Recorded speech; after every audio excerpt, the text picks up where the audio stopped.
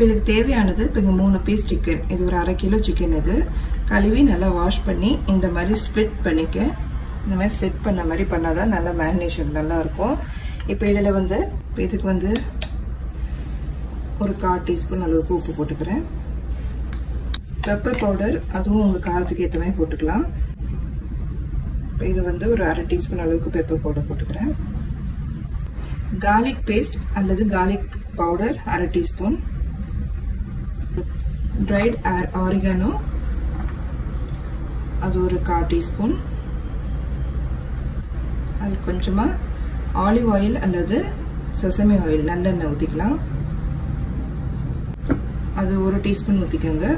இது வந்து lemon juice ஒரு 1/2 மூடி எலுமிச்சம்பழம் புழிஞ்சிட்டு அதோட தோலை வந்து ஸ்லைட்டாக வந்து கிரேட் பண்ண மாதிரி லெமன் ஜெஸ்ட்டுமாங்க. இந்த மாதிரி லெமன் ஜெஸ்ட் வந்து இதில் போட்டிருக்கேன். அதையும் கலந்து இதோட போட்டுக்கலாம். எல்லாத்தையும் நல்லா மேரினேட் பண்ணி மினிமம் வந்து உங்களுக்கு வந்து ஒரு 2 மணி நேரம் நல்லா வச்சிங்கன்னா நல்லது. இல்லைன்னா ஃப்ரிட்ஜில் வச்சுட்டு ஓவர் நைட் அடுத்த நாள் வந்து இதை நீங்கள் செஞ்சீங்கன்னா ரொம்ப எவ்வளோக்குள்ள ஊறுதோ வந்து நல்ல டேஸ்ட் கொடுக்கும். இது அவ்வளோதாங்க. நல்லா மிக்ஸ் பண்ணிவிட்டு அப்படியே நம்ம மேரினேட் பண்ண மாதிரி வச்சிடலாம். இப்போ இது மேரினேட் பண்ண சிக்கனை நம்ம பார்க்கலாம் எப்படி இருக்குன்னு.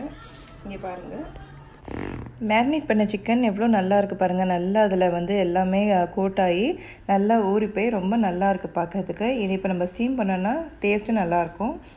இப்போ இந்த ஒரு கிண்ணத்தில் இந்த மாதிரி தண்ணியை கொதிக்க வச்சுட்டு அதில் ஒரு ஸ்டாண்ட் மாதிரி வச்சு அது மேலே இந்த மாதிரி கிண்ணத்தை வச்சு அதில் வந்து சிக்கனை வச்சு வேக வச்சு வைக்கணும். இந்த மாதிரி நீங்கள் பண்ணலாம். இது சிக்கனை வந்து கிண்ணத்தில் வச்சுட்டு ஒரு 30 நிமிஷம் மூடி போட்டு வேக வச்சுக்கணும்.